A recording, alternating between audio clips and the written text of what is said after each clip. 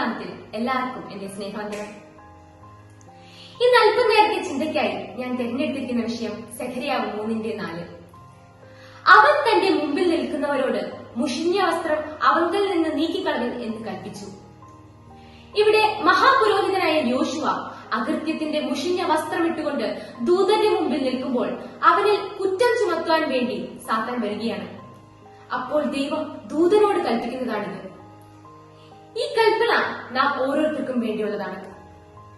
പ്രിയമുള്ളവരെ, ഈ നോയമ്പിന്റെ കാലഘട്ടത്തിൽ നാം നമ്മെ തന്നെ ശോധന ചെയ്യേണ്ടിയിരിക്കുന്നു. ദൈവം നമ്മെ സൃഷ്ടിച്ചപ്പോൾ നമുക്ക് തേജസ്സിന്റെ വസ്ത്രമുണ്ടായിരുന്നു. എന്നാൽ പാപം ചെയ്ത് നാം ഈ ദൈവിക തേജസ് നഷ്ടപ്പെടുത്തി. ഈ തേജസ്സിനെ തിരികെ തരുവാൻ ദൈവം സ്വന്തം പുത്രനെയാണ് ലോകത്തിലേക്ക് അയച്ചത്.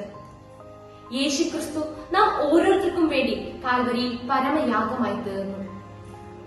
നമുക്കെങ്ങനെ വിശുദ്ധിയെ പ്രാപിക്കാം? 1 യോഹന്നാൻ 1:7 അവന്റെ പുത്രനായ യേശുവിന്റെ രക്തം സകല പാപം പോക്കി നമ്മെ ശുദ്ധീകരിക്കുന്നു. ക്രിസ്തുവിന്റെ രക്തത്താൽ കഴുകുമ്പോൾ നാം ശുദ്ധരായിത്തീരുന്നു. ഇതാണ് വിശുദ്ധീകരണത്തിനുള്ള ഒന്നാമത്തെ മാർഗം. രണ്ടാമതായി, ദൈവവചനം നമ്മെ ശുദ്ധീകരിക്കുന്നു.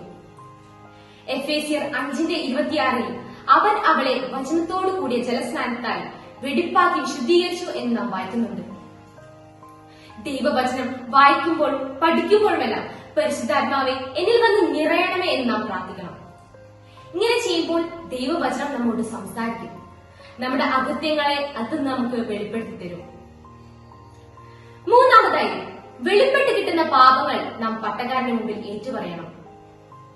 സദൃശ്യവാക്യങ്ങൾ 28:13 തന്റെ ലംഘനങ്ങളെ മറക്കുന്നവന് ശുഭം വരികയില്ല, അവയെ ഏറ്റുപറഞ്ഞ് ഉപേക്ഷിക്കുന്നവനോ കരുണ ലഭിക്കും എന്ന് നാം വായിക്കുന്നുണ്ട്. ഇങ്ങനെ ചെയ്യുമ്പോൾ ഒരുവൻ ദൈവകരുണയ്ക്ക് അർഹനായിത്തീരും. നാലാമതായി, നാം കർത്താവിന്റെ തിരുശരീര രക്തങ്ങൾ, അതായത് വിശുദ്ധ കുർബാന അനുഭവിക്കണം. പാപത്തിന്റെ ഫലമായി മരിച്ച നാം ഓരോരുത്തർക്കും അത് ജീവൻ പകരുന്നു. നിത്യജീവന് നാം അർഹരായിത്തീരുന്നു. സ്വർഗരാജ്യത്തിന് അവകാശിയായിത്തീരുന്നു. നമ്മുടെ കർത്താവിന്റെ രണ്ടാമത്തെ വരവിൽ അവനോട് സദൃശ്യന്മാരായി മാറും.